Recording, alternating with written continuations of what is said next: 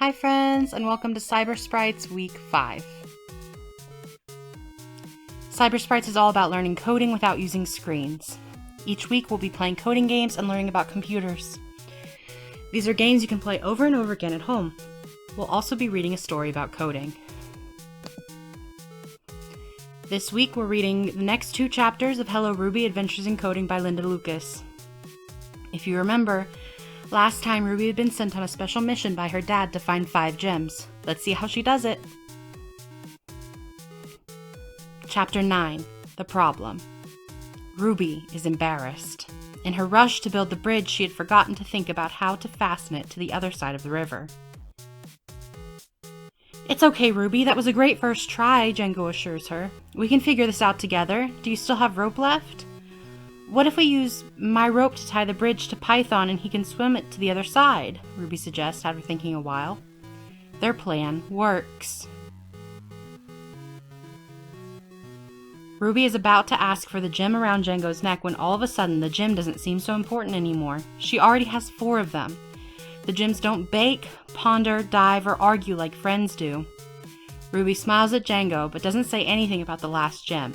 She's finally on her way back home.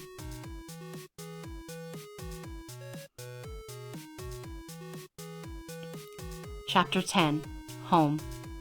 Back in her own bed, Ruby thinks about the long day. She's almost asleep when Dad walks in. Dad, I found all the gems! I made a plan! Ruby starts sleepily. It wasn't perfect, but that's okay, because I got help from the curious penguins and we built a raft together. Then I met the lonely snow leopard who taught me to focus and make a ladder. And I helped the gardening foxes work better together and learned to bake the most delicious cupcakes with the robots. Even bossy Django helped me.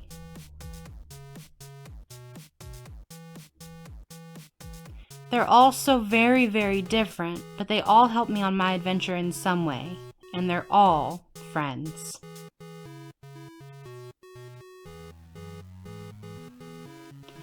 This week we're going to learn how to play a coding game that's kind of similar to board games like Life or Candyland. This is an algorithm coding game. An algorithm is a sequence of actions that solve a problem. In our case, the problem is getting our game piece from point A to point B. So this is our grid. You can draw one of these out on paper for yourself, or you can make one on your computer, but this is the grid that I chose to use. So each of these boxes represents a command to the computer or to the player.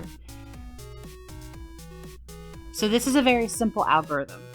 So you start here, of course, and you want to get here.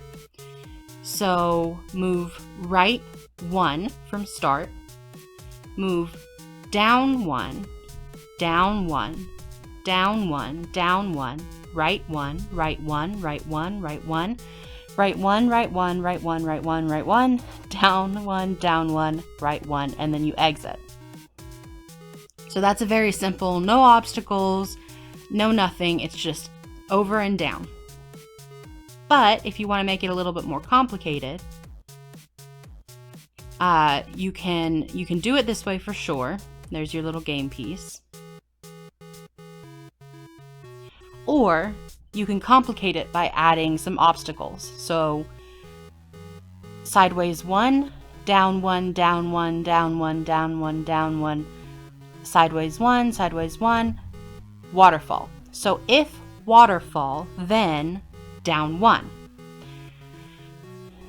Sideways 1, sideways 1, sideways 1, sideways 1, sideways 1, sideways 1, down, and sideways 1, then you exit. You can even make it more complicated by adding more obstacles. So sideways 1, down 1, if alligator, then sideways 1. Do you see how it adds in all of the things that we've talked about all semester?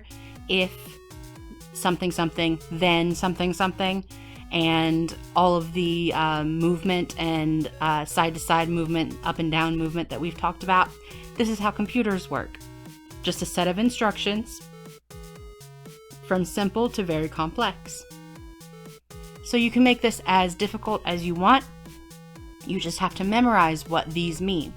If alligator, right 1.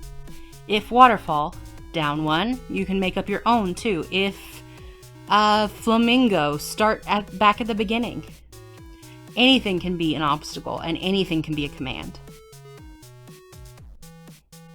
Thank you so much for visiting. Don't forget to enter the secret code BITE in Beanstack to earn badges and for a chance to win a prize.